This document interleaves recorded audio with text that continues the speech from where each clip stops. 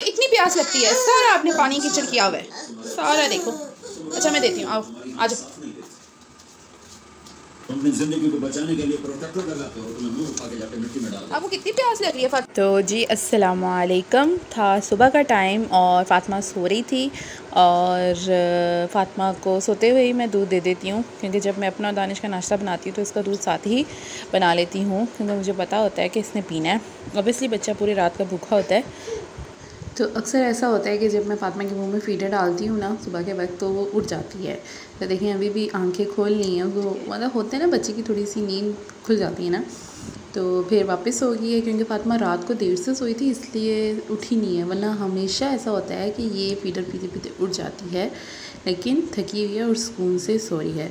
तो बस हमारा नाश्ता हो गया था, दानिश ऑफ़िस चले गए थे, काम वाली भी आ गई थी, मतलब जो मेड है वो भी आ गई थी, और फ़ातिमा साहिबा भी उठ गई थी, और फ़ातिमा अपनी जो स्लीपर्स हैं वो टेबल पे चढ़ के बैठी हुई थी, उनको भी ऊपर रखा हुआ था।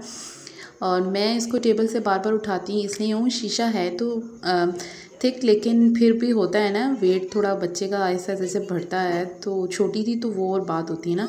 और फ़ातिमा की एक अब आजकल जिसकी वजह से मेरी बहुत ज़्यादा एक्सरसाइज हो रही है वो है कि फ़ातिमा सीढ़ियों पर चढ़ती है और मुझे फ़ातिमा को सीढ़ियों से उतारना पड़ता है, चढ़ती है फिर उतारना पड़ता है।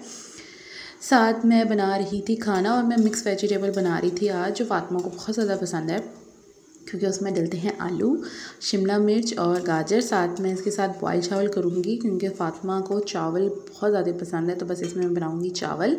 सब्ज़ी वगैरह मैंने काट ली थी, और जो काम वाली थी वो काम कर रही थी, और फ़ातिमा के पे बार बार नज़र रखनी पड़ती है, तो बस वो देखिए मैंने कहा ना मेरी आजकल जो एक्सरसाइज हो रही है ना वो सबसे ज़्यादा फ़ातिमा ही करवा रही है।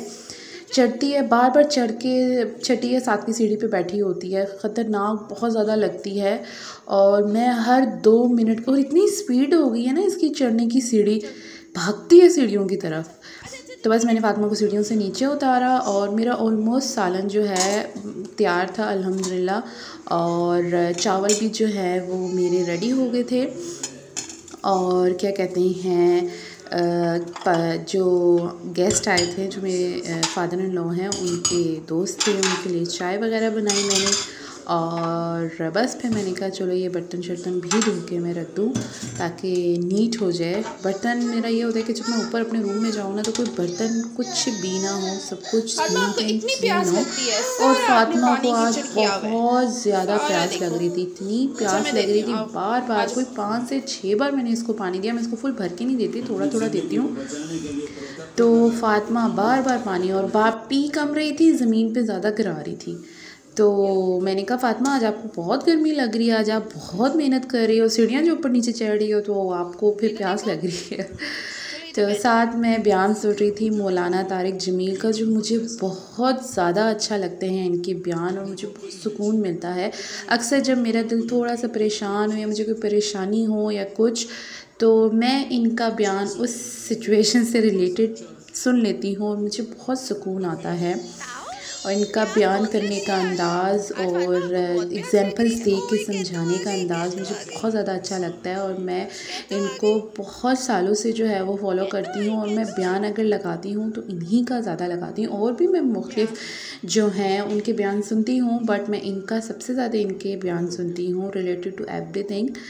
तो बस साथ साथ मैं बयान सुन रही थी उसकी थोड़ी मैंने, और चावल मेरे दम पे थे, और सलाद के लिए मैंने चीज़ें निकालती थी। साथ मैंने लहसुन भिगोया हुआ था, क्योंकि रोज़े आ रहे हैं तो उसके लिए मुझे बनाना है पेस्ट लहसुन और अदरक की। तो उसके लिए लहसुन मैंने पहले ही भिगो दिया था, और मैं बनाऊंगी अब सैलेड, क्योंकि मैं खाना जो है वो सैलेड के बगैर नहीं खाती, जिसमें प्याज होना ज़रूरी होता है, टमाटर, लेमन और खीरा। कुछ लोग टमाटर नहीं डालते हैं सलाद में, लेकिन मुझे बहुत अच्छा लगता है सलाद में खीरा डालना। और ये पानी है चावलों का, जिसको मैं अपने बालों में अप्लाई करूँगी नहाने से 1 घंटा पहले।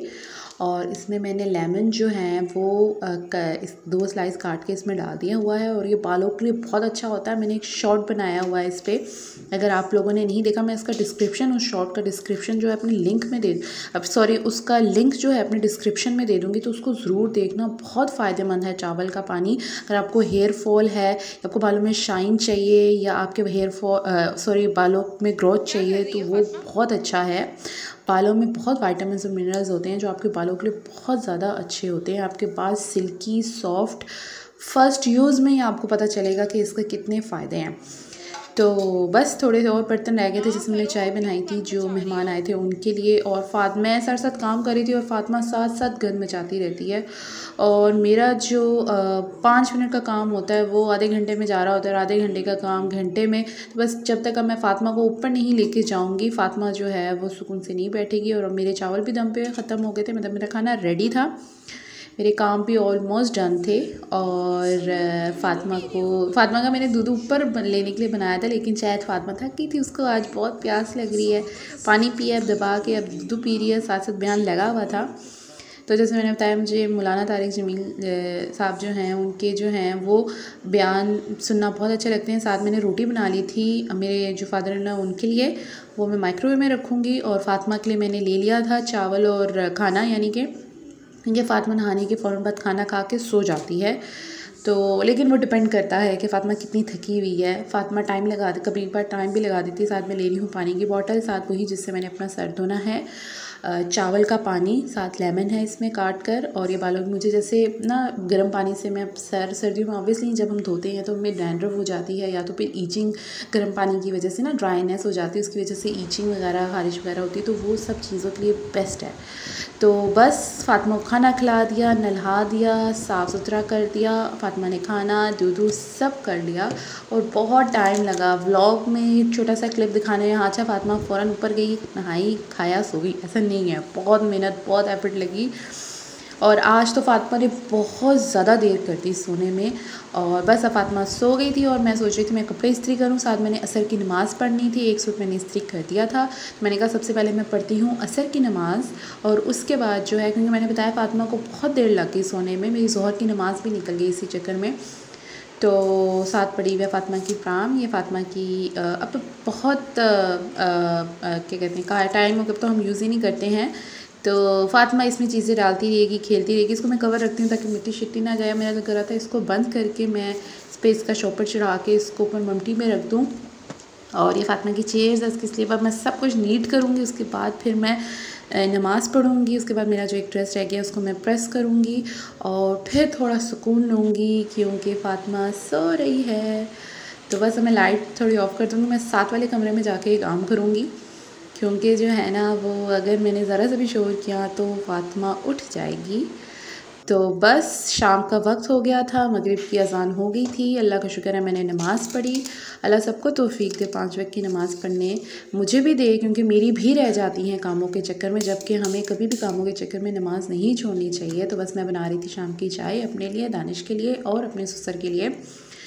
तो आई होप सो आपको मेरे ब्लॉग जो हैं पसंद आ रहे होंगे। अगर आ रहे हैं तो चैनल को प्लीज़ सब्सक्राइब कीजिए, बहुत एफ़र्ट लगती है व्लॉग्स बनाने में, एडिट करने में। तो बस जो बर्तन मैंने निकाले थे, कप्स और प्लेट्स वगैरह, ये चीज़ें मैं वापस रख रही थी शाम के वक्त, क्योंकि सूख गए थे, पानी का ड्राई हो गया था। गीले बर्तन मैं कभी भी अलमारी में नहीं रखती हूँ। और साथ साथ बस इसको, ये मेरी जहेज़ की ट्रे हैं, इस तरह की 3 हैं, 3 साइज़ की जो होती हैं नॉर्मली वो हैं। तो बस अब मैं चाय में पत्ती डालूँगी और ऑलमोस्ट मेरा दूध भी जो है, मैं कुछ लोग पानी लेते हैं उसमें चीनी पत्ती डालते हैं, जब वो थोड़ा सा गाढ़ा हो जाता है फिर दूध डालते हैं। मैं पहले दूध और ये पानी डालकर थोड़ा सा गर्म कर लेती हूँ।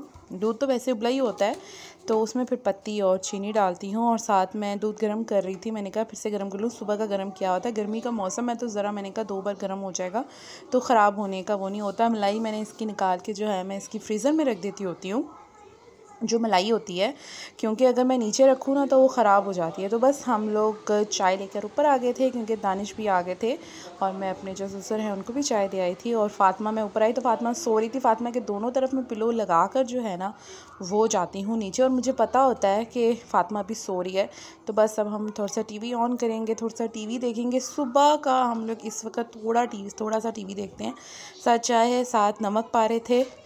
और मैंने प्लेट में चाय रखनी थी, इस प्लेट में मैंने डब्बा रख दिया, कभी कभार दिमाग काम करना ही बंद हो जाता है। तो नमक पारे मैं लाई थी चाय के साथ इस वक्त कुछ दिल चाहता है हल्का सा कुछ खाने का ना, तो मैं नमक पारे ले आई थी। हम वो एम्पोरियम से लाए थे। आपने अगर मेरा वो व्लॉग भी नहीं देखा तो उसका लिंक भी है डिस्क्रिप्शन में, उसको भी देखिए एम्पोरियम वाले ब्लॉग को। वहाँ बहुत ज़बरदस्त एम्पोरियम में कारफोर में बहुत ज़बरदस्त नमक पारे मिलते हैं और हम जब भी एम्पोरियम जाते हैं वहाँ से ज़रूर लेते हैं नमक पारे और लेकर आते हैं। तब दानिश भी आ गए थे, तो दानिश जब सबसे पहले आते होते हैं घर, सबसे पहले फ़ातिमा को देखते होते हैं और कोशिश करते हैं कि बस ये उठ जाए। तो बस यही था मेरा छोटा सा व्लॉग। अब मैं पीती हूँ चाय। इंशाल्लाह मिलेंगे कल के व्लॉग में।